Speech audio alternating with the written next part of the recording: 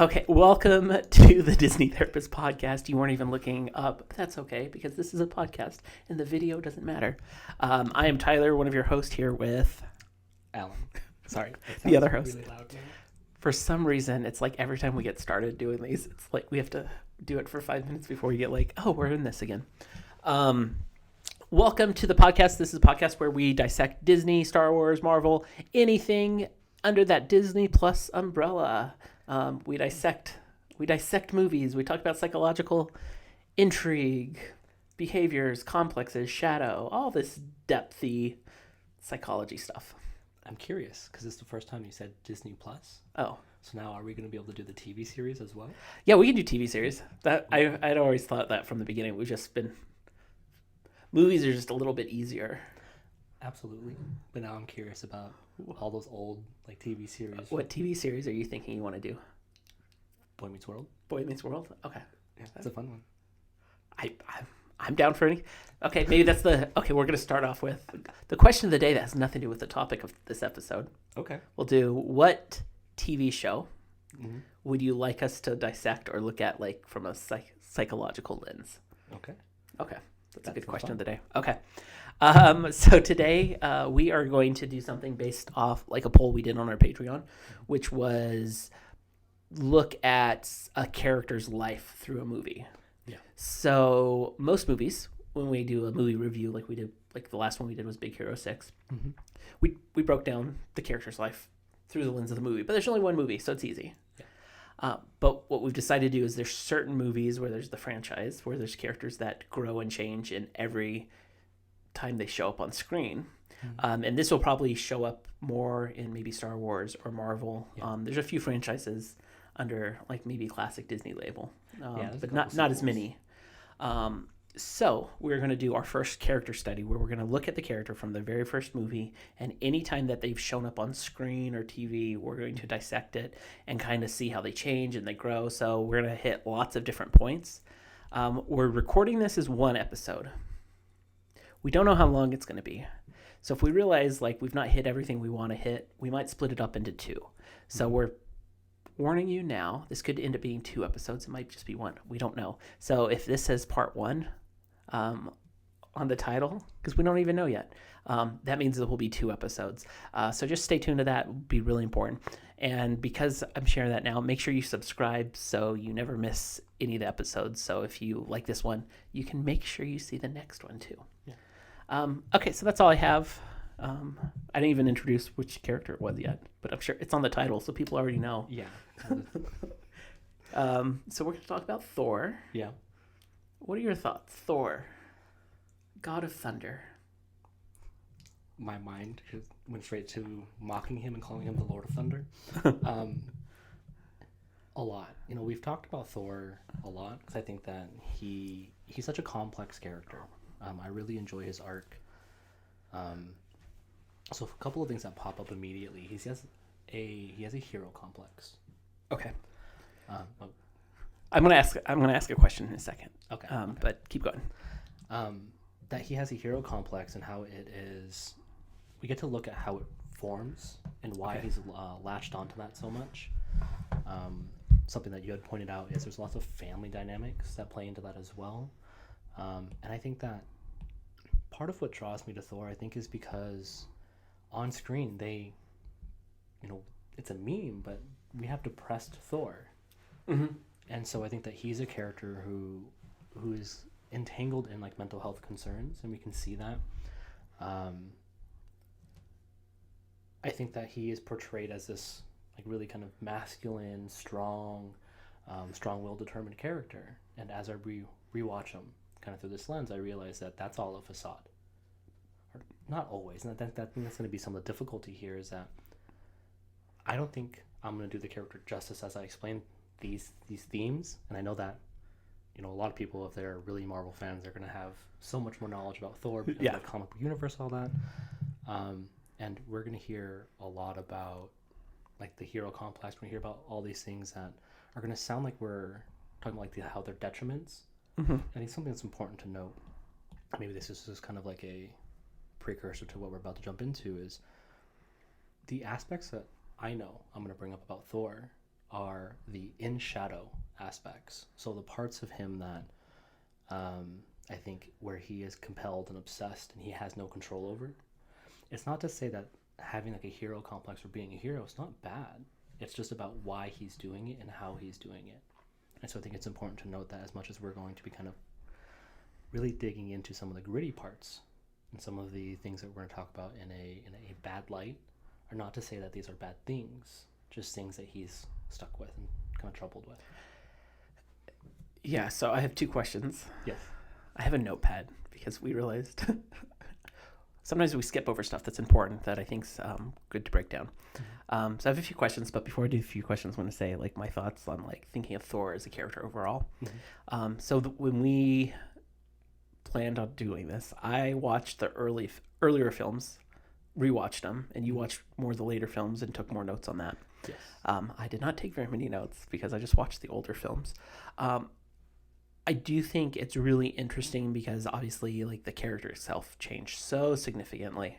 Mm-hmm. And I think the fact that it's based off mythology mm-hmm. intensifies like that hero complex anyway, because it's literally based off a god.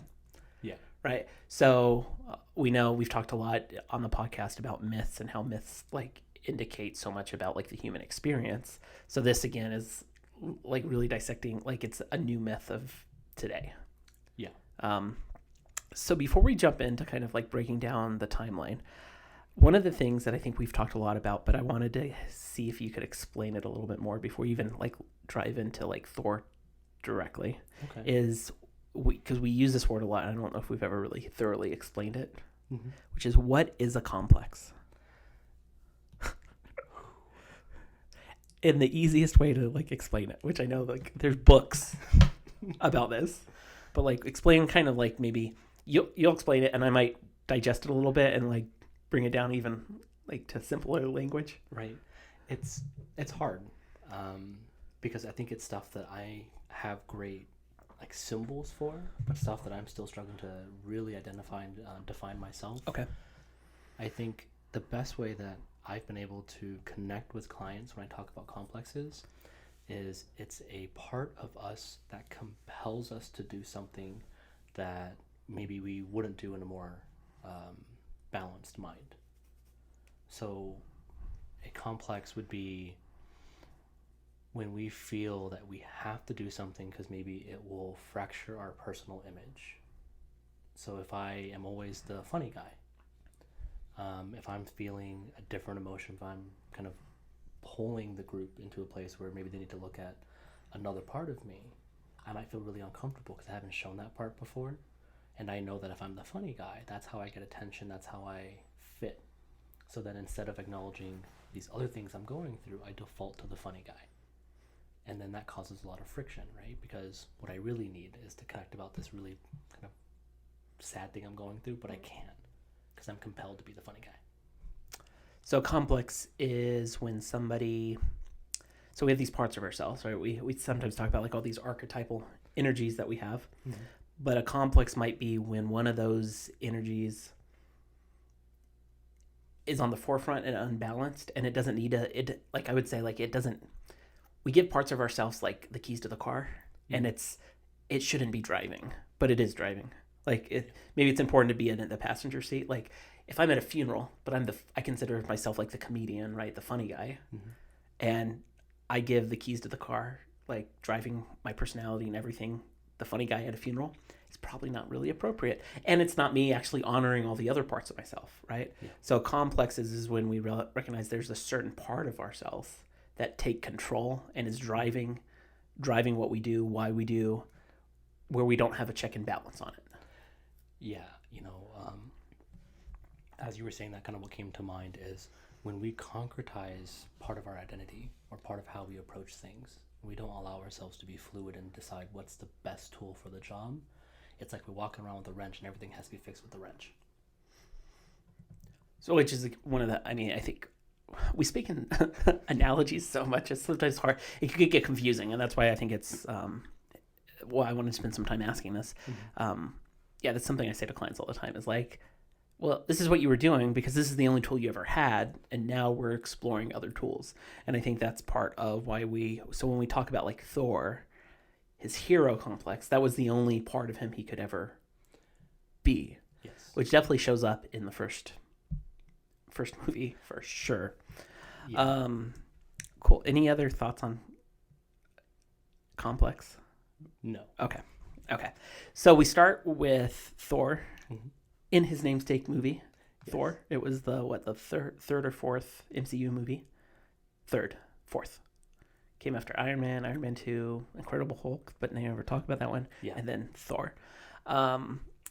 What do you remember from Thor? Like, what stands out for you? Like, obviously, I watched this one, so I have a little bit more. Yeah. I think immediately we see he's a hero. If I remember correctly, does it not open up with him fighting? The second one, Dark World. So the first one, this opening scene is him getting banished, and Jane Foster hits him with the RV. And then they do the backstory of like what led to that. The Iron Man-dom. Yeah. They did the same thing in Iron Man. There's a lot of similarities, I think, in Phase 1 of the MCU.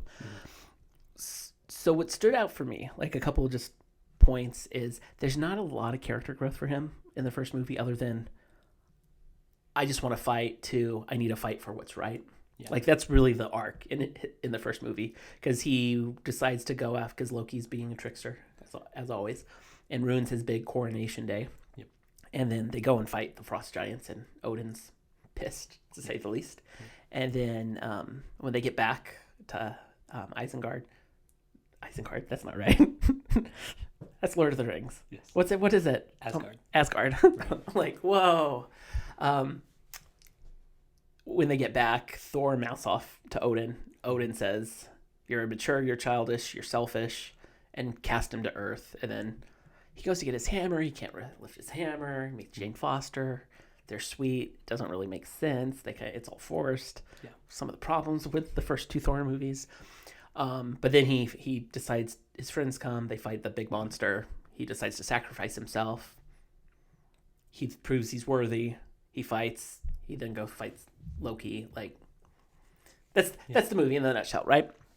The thing that stood out to me the most, and the reason I kind of go through all those things, okay, the thing that stands out to me the most is something I was saying to you before, which was knowing Thor Ragnarok storyline changes the first movie. Yeah. Right? Knowing that, Thor has an older sister who's been banished, who's out of control, and Odin totally disowned her too. Yeah. And he did the same thing to Thor, which I think is always important, because sometimes things will happen in our lives that influence who we are, but because we don't know we don't know family secrets, we don't know kind of the whole story, when we find that information out, it will make more sense. Yes. Yeah. Sorry. No, I know you're processing. Yes. And kind of what I'm thinking is, it's interesting because as you frame it, right, as you talk about how watching the first movie after having the knowledge of Ragnarok changes kind of how we understand what's happening. Something that I think is important to know, and it's interesting as we talk about complexes. Odin does the same thing. He did the same thing to Hela that he is doing to Thor in this first movie, and so I don't know if Odin has changed. I think that Thor just had a better chance for success because he didn't necessarily go through the same things that Hela did. His learning wasn't through war and through battle. It was through a peacetime. Yeah. So he still had this hero. I have to go fight. I have to go do the right thing. Mm-hmm. But it wasn't it wasn't the same type of pressure. Yeah. So they're going to respond differently because of that. Mm-hmm. Thor had more opportunity to succeed where Hela didn't. But even though they're growing through peaceful times, Thor really aligns with those war stories, and he gets enamored by that, and that's where we can see the hero complex start. He hears about all these great battles, he hears about how great Odin is, and he wants to achieve that same level of greatness. And so I think that kind of add a little bit of flavor to kind of what you were describing, right? He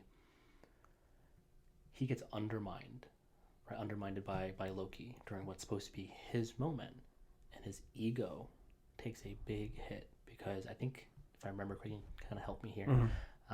Loki talks about how Thor has not had great achievements. He basically highlights that Thor is really not as big as he thinks he is. Yeah. And so his ego takes a fracture, right? Takes a hit, and his self-image is decreased, and he has to repair that. He has to do something to fix his ego. So what does he do? He goes and fights the Frost Giants because they're the one who came in and ruined his big day. And so for him, right, he knows that like glory is gained through like fighting, right? He is impulsive. His ego is too fragile, and I think that's what Odin responds to when he says that you are immature, right? He says that your ego is too big for this, like, right? Like, it's big, fragile. Yeah. But they're so interused.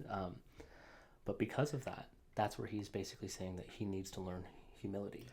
Yeah, that if I use when we were talking about complex a while ago, when I talked about like keys to the car, right? Yeah. His hero was like so in charge that he was like, we can't let this stand. We're going to not listen to what the king said. We're going to go do our own thing because that's what's just and that's what's right. Mm-hmm. And that's what heroes do, which is what's just and right. Ooh, that line is used so much. I didn't realize it until I started actively just looking at Thor. Uh-huh. He, in the latter half, he always says, because that's what heroes do. And it's interesting. We're going to be all over the place. Bear with. Thanos actually uses that line against him in the opening to Endgame. Because he says something like, he highlights how just Thor feels and how it must be frustrating to be this just and this devout and still lose. Yeah. Which... what we're doing was we're identifying kind of who he was at the beginning and then how the later movies really breaks everything down, right? That he has this hero complex and it changes a little bit, right? Like maybe he's not as impulsive, right? The hero's not driving so forcefully by the end of the first movie. Yeah, I think that what we see is other parts start to rise. I think the car kind of metaphor turns into something much bigger, right? It's kind of like when we talked about Inside Out, in our very first episode, on how something that happens is we had kind of postulated that in the movie, that when you're younger, kind of one primary emotion drives, and then as they age, there's a panel, and there's a council. And I think that what we see is that we begin to foster other parts within Thor, and so, the individual, the hero complex that has been primarily driving is starting to have to contend with other parts that are maybe going to be just as important. That he's very one-sided. Like, we only see the one side of him at the beginning. Yes. And we don't start to see all these other sides until we get to know the character better and better. And I would say that it's probably true that he's very one-dimensional. He's very one-sided. Mm-hmm. Through about Age of Ultron. Age of Ultron is, I think, when we start seeing the turning point. I think that rings true for the whole Marvel universe. Yeah, well. So before we move to maybe the next two, we'll just combine them. We'll combine Avengers and Dark World here in a second. One of the things that you said that I thought just important to kind of wrap on is like being told the stories of the hero. Like one of the first scene that you see after like they do the flashback and they talk about like the Frost Giant War and everything is Odin with Thor and Loki as children, telling them the story of the war, and Thor's response is like, oh, I want to fight. Yeah. So you could see that like some of these complexes, why we don't always understand where they come from, are influenced from childhood. That everything that we go through will influence these parts of ourselves. And how interesting is it that kind of in trainings that we've recently done, that we hear that a complex has kind of a godlike entity, right, where there's something that we are responding to. And what's happening is Odin is creating kind of this, he's showing them how we view glory, how we view heroes, how we honor people. thank you guys so much for watching. This is our little break, so make sure you like, subscribe, leave a comment on the podcast, because that helps the podcast grow. And we want the podcast to grow because we enjoy doing this, and we want to share our love for Disney with more people. So thank you again for watching, and okay, we'll get back to the show now. Okay, so I just said that I wanted to combine the Avengers and Dark World, and I don't think we're going to spend a lot of time at all on Avengers or Dark World. For a few reasons. And let me just kind of like Go for it. blah, blah, blah, word vomit it out. Is Thor does not really have any character growth, which is one of the reasons why Dark World is considered like the worst MCU movie.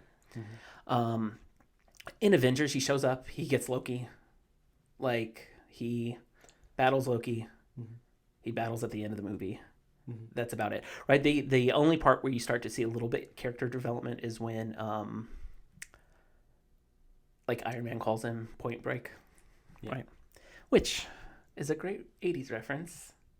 80s, yeah. That came out in the 80s, right? Point Break? I forget where it came out, but yeah. Have you seen Point Break? I have not, but I know the comparison.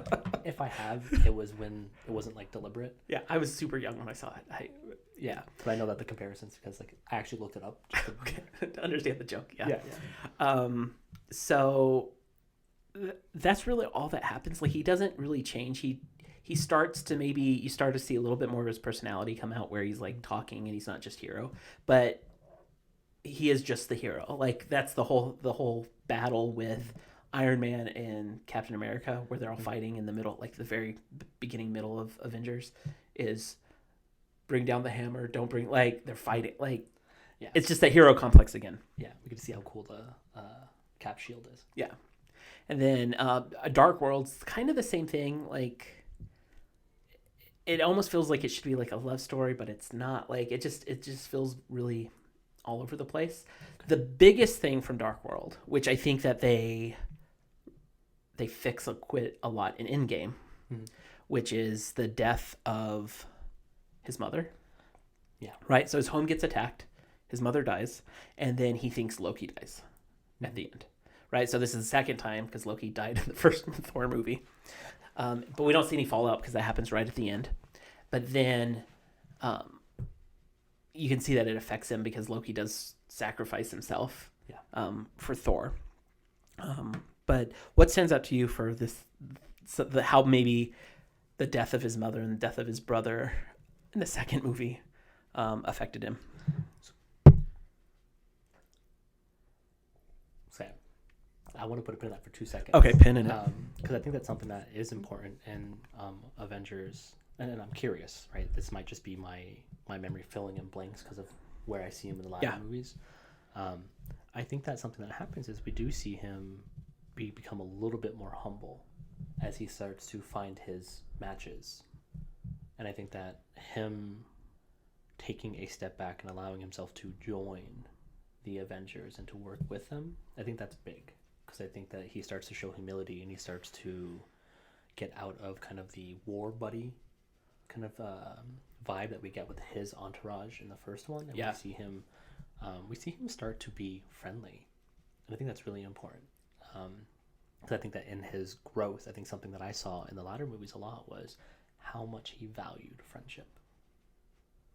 And then kind of as we move that into family, I think that there's lots of betrayal that he goes through with family as you talk about family secrets. I think that that's something that he constantly is fighting with Loki.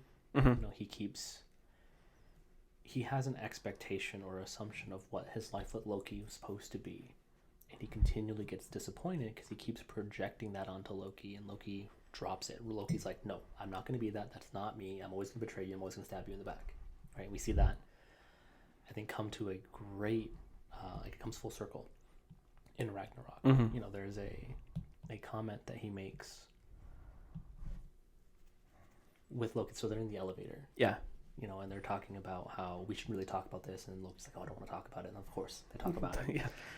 Which, by the way, is a therapy trick, right? Like, we don't need to talk about it, and then immediately we start talking about it. Usually, you know, it's we don't have to go there, but I'm just curious about it. And then just 30 minutes later, Then we're there. yeah. They talk about they lean into the family secrets. I think something that is said is our family doesn't communicate well. Mm-hmm. And Thor talks about how he had expectations, how he expected Loki to be his brother and to fight battles with him. It's something that he comes to terms with. He says, and I get it, that's just not you. He's basically saying, I think you should stay here because this is perfect for you, because it's a lawless place, it's crazy, it's chaotic. Mm-hmm. He made space for Loki, and then in conversation, Loki makes space for him. But Thor is not going to get duped this time. Yeah. He puts the little shock thing on him because he knows he's going to get double crossed. Yeah. And I think it's a really beautiful moment because he goes, it's okay, you're Loki. You're always going to be the god of mischief. That one of the things that caught, like, you can see that sibling rivalry, that dynamic in the earlier movies is he doesn't know how to see Loki for who Loki is. Mm-hmm. Which is somebody who's always going to be mischievous, who's always going to be getting into trouble, who's always pushing the bounds, who's always the anti-hero. Yes. Right? And just because he's an anti-hero doesn't mean he's not a hero. It's just he doesn't follow the typical tropes. Mm-hmm. And that is what causes a lot of, I think, problem. Like, because he can't see Loki for who he is, he stays stuck in wanting to have everything be the way he wants it to be, right? That if I'm a hero, this is the way it's supposed to be, this is the way you're supposed to be, this is how everything's supposed to be worked out. Like, he's always, whether it's pressure put on him or not, like, he's trying to live the life that he's supposed to live versus living the life that he's given. Yeah, and so that's where I think watching Loki die, I think that he starts to, like, he grieves because now the expectation, the dream, right, kind of dies with Loki, but it loses its sting, the more and more and more it happens. Yeah. And so I think that's where kind of what we could say, kind of with the language we've been using, he does have a sibling complex, right? He has concretized what it means to be a sibling, and to him, it just happens to be kind of with the hero complex. Mm-hmm. Now we're seeing how the keys of the car are kind of these two identities. Now we're kind of having, like this little monarchy growing that rules his life. So this sibling conflict comes from kind of this expectation that he's not able to change, and we see that in the first couple movies, and we see it start to resolve by Ragnarok. Yeah. Freya's death, I think, you're right. There's really not much justice for it in Dark World. We only get to see how big and how impactful that is in the latter movies. Well, and I mean the fact that, like, she has more lines in Endgame, than she had in the first two movies. Yeah, just kind of speaks to, like, they didn't give us a chance to get to know the character. Yeah, and to even see, and then Thor doesn't have a reaction to it really. I mean, he does, but he doesn't. Like, he's like, I need to go avenge this. Like, we have to stop this. Let's go. And I think that actually speaks to how he handles emotions. I think that what we see about Thor is that he runs on vengeance, anger, and frustration, right? And then he's got humor. He always masks the what's happening. His emotions always inappropriate on screen, I think. Yeah. Especially in the first few movies. Yes. I don't think it stops, actually. As we kind of get into more of the chronological order of some of these other movies, I think we're really going to hear it a lot in the last two movies. So we definitely, obviously, we know the director's change, like, the reason why all this stuff happened, but we're looking just as him as, like, this person, this character. So if we can say, like, he's pretty much the same, like, he's mellowing, right? The complex isn't as strong, and it's almost like a chart, right? Like, it peaks in the beginning of Thor, and it's just slowly going downhill of him mellowing his hero complex, and we're seeing maybe the other parts of him that are starting to emerge a little bit more. For you, what is a turning point in his character development or in his change? Like, I know in me, like, this might be a trick question because I kind of know where I want to take this. I just want to see what comes to your mind. Give me a second. Dead air on a podcast. That is exactly what we want. Let me process out loud, because I think that there's a lot of moments that he goes through And I think, unfortunately, I'm going to be partial towards the latter movies because that's where I sat and watched like 8 hours. Yeah. This is going to sound, it sounds like it's cheating, but I feel like that a turning point didn't happen until Endgame. Okay, so you saw Endgame. Yeah. Okay, I'll tell you what. So my thought, the reason I asked that question is because I think Thor lost his family, right? So he had his dad, Loki, right? At the end of Dark World, but he didn't have his mom, he didn't have his brother, so he lost a lot of his family. Yeah. But you could see that at the beginning of Ultron, he's been on Earth for a while trying to track all this stuff down and find Loki's scepter and do all these things. And even in the battle, there's like these jokes that are coming up. And he's not necessarily involved in all of it, but he's participating in that family, right? Kind of like how Black Widow talks about, this is the first family I've ever had. Yeah. I think that's true for Thor, too. And in the party scene, after they get the scepter, is they're drinking, right? This is Stanley cameo where like Stanley gets super drunk off Thor's L, but the hammer is sitting on the table, right? Yes. And it's just the Avengers sitting around. And to me, that screams like that's such an important scene for almost every character because that is the family, right? Like that is nothing more than a scene about family. Yeah. Right. Everybody's kind of joking with each other, making light, right? And Thor has become so confident in who he is that he challenges other people. And the piece that I think that's the first time he really lets his humor out and it's like really accepted in a healthy way. Yeah. But then his concern when Cap goes to pull up the hammer, right? Yeah. Like you can just kind of see this like hesitation on him, which shows maybe a level of vulnerability that he had never even put out there before. Yeah. So I think that is a huge piece. And he doesn't do a lot of character development. Like, I say he goes on this quest to understand and see the vision. Like, it doesn't really make sense in the movie. It's kind of odd. But the fact that, like, he comes and he creates vision at the end, I think speaks to, like, he's now recognizing there's a lot more things bigger than him, and he's not the center of his own universe anymore. So for me, Age of Ultron is when everything shifts because the next time we see him is in Ragnarok and he's totally different. Yes. Right? So I think that there's something about this journey that we see off screen that him connecting with the Avengers and forming this new surrogate family after losing this really unhealthy family causes him to become more balanced in the later movies. I think that kind of what you're sharing is something that we get into a lot on this podcast, which is the Avengers make space for Thor. And because there is space and he is allowed to be more himself, that he becomes more comfortable and then in return is allowed to be a little bit more vulnerable, but it's still risky. And I think that pays respects to kind of that comment about, I think, why even the first Avengers, like him getting comfortable being around others is so important because he is always stuck in his image. And maybe this is the first time where it's not about the image, but about the collective. Okay.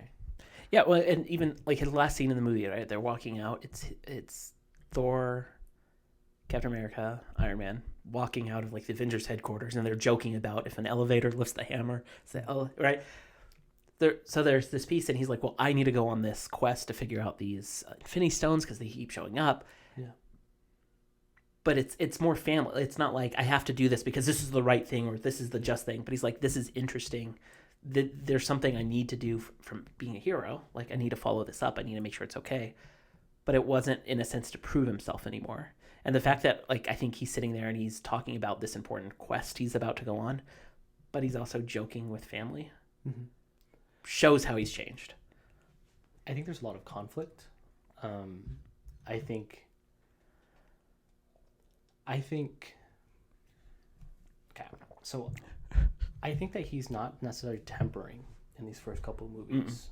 I think that he is distracted, and I think that he is enamored by the idea of being with the Avengers.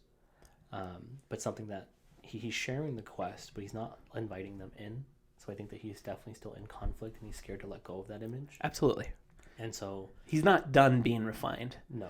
But I think it's like the reason I think Age of Ultron is so important for his story, but it's so easy to overlook, is that shows the turning point.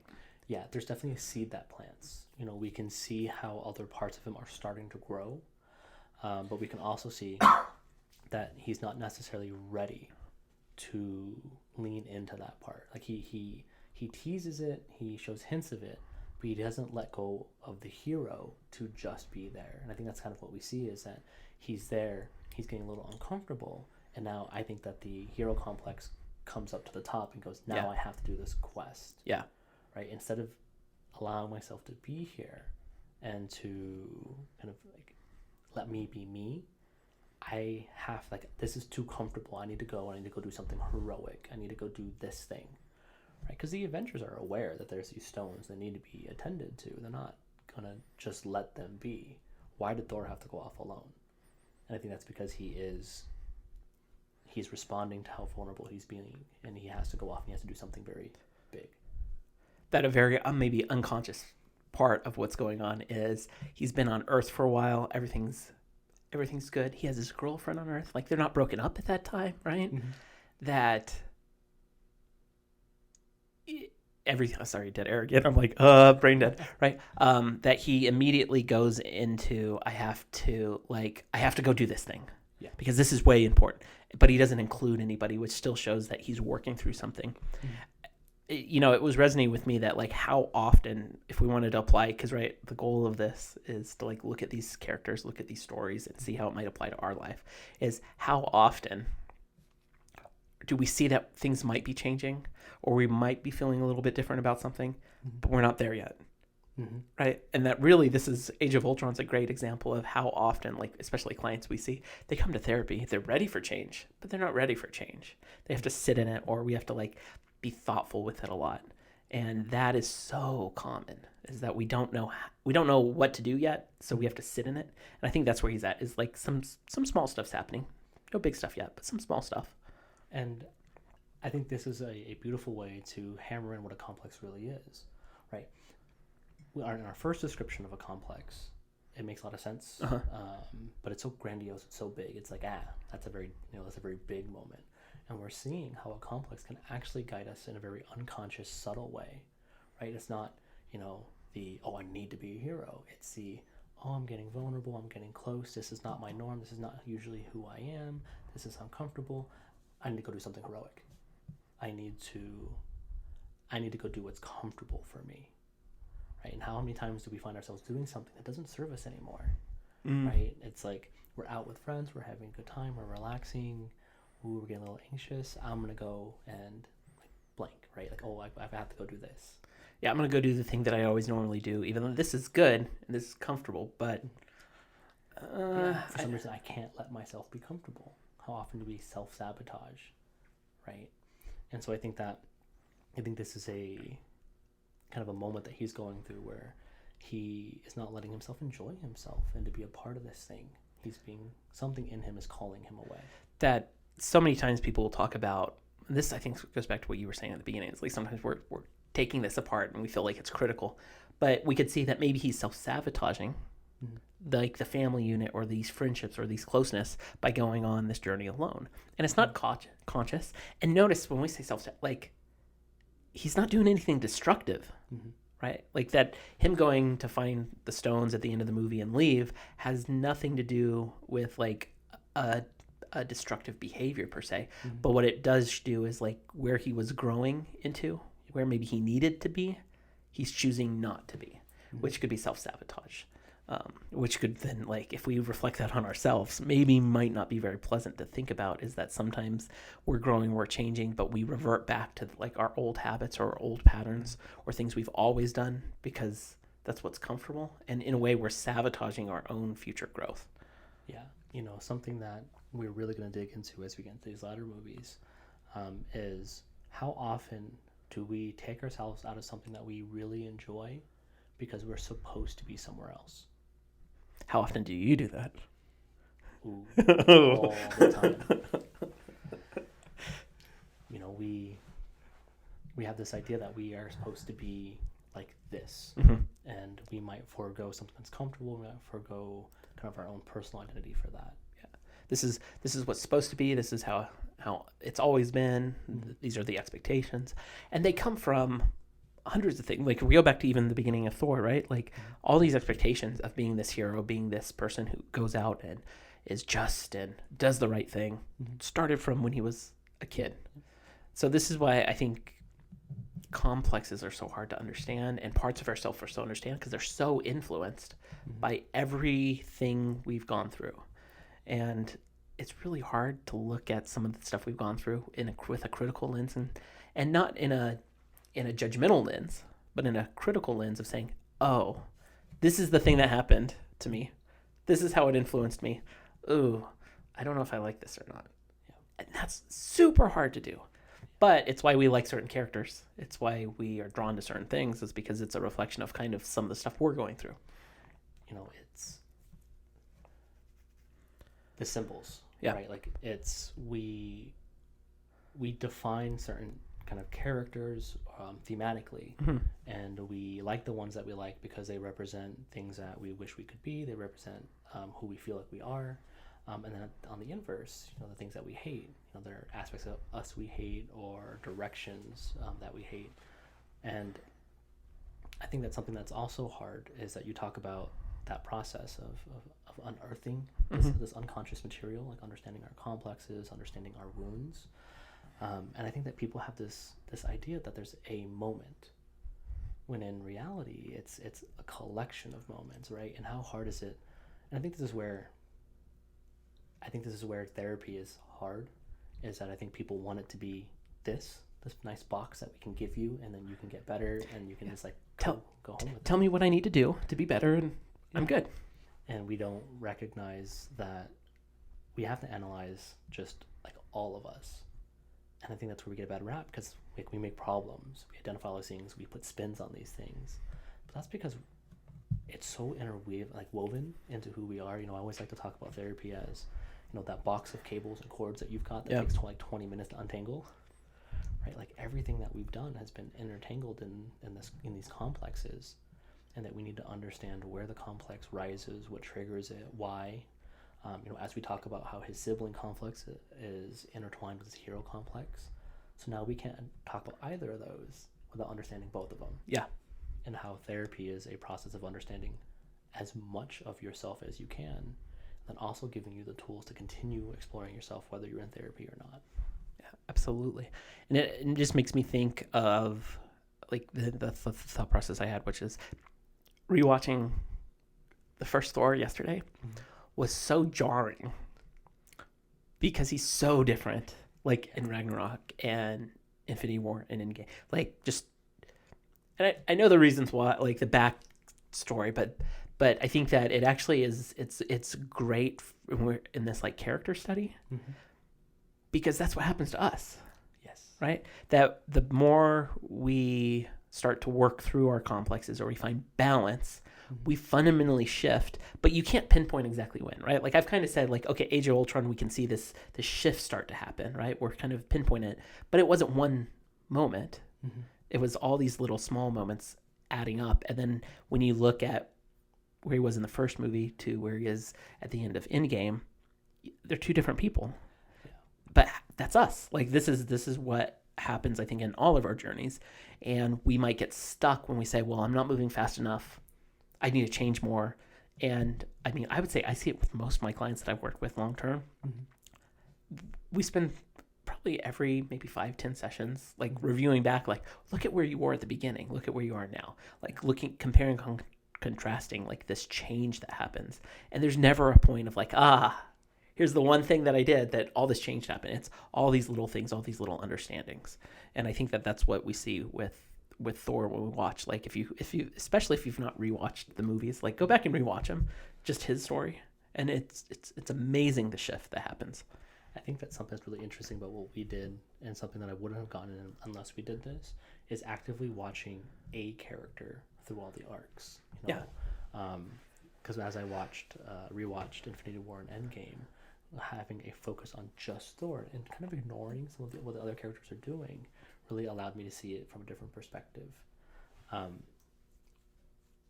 I think it's interesting because there's a concept that I want to get to, and I'm wondering if we should do it after. Oh, this is going to be 2 episodes. Okay. I was wondering okay, so the point that I want to bring up, and it's a concept that I thought I hated a lot. I don't like the terminology. Maybe I should find a new one. Why I think some people need a rock bottom.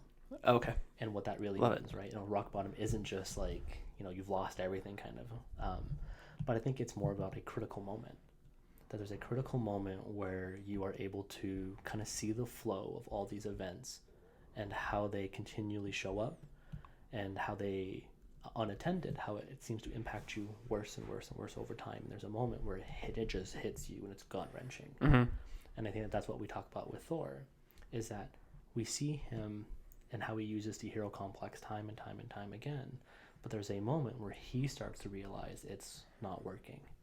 And I think that's where we see, I think, kind of more, kind of a, like a, I can't find the word. It's like, I want to say combustion, but it's not. It's like we really propel forward into kind of our search. Yeah. And I think that we're really going to get into that in Endgame when we see how he's hit kind of a rock bottom and how that allows so much space for introspection. Yeah, absolutely. So we've really talked about 4 movies that he was in. Obviously 2 Avengers ones that he's one of the mini characters in it, so there's not a lot of growth. What we will do is we're going to split this up, like I said at the beginning, because this might be a little bit shorter than our normal hour episode, but then they're both together, count as one topic. So we're going to split it because we don't like to do anything more than an hour. Anything else on Thor in these first 4 movies? No, I think that we've left it in a great place to pick to jump up next time. Okay. So what you can do is, if you'd like the show notes and some of maybe the clips and everything else, you can always find that at the disneytherapist.com/episode 11, because this is our 11th episode. And make sure that if you've not subscribe to the podcast. If you're watching this on YouTube, hit subscribe, hit the little bell icon, so that way you get notified every time a new episode starts to come out. And then we'll finish Thor's character study in the next episode. So with that, we'll see you then.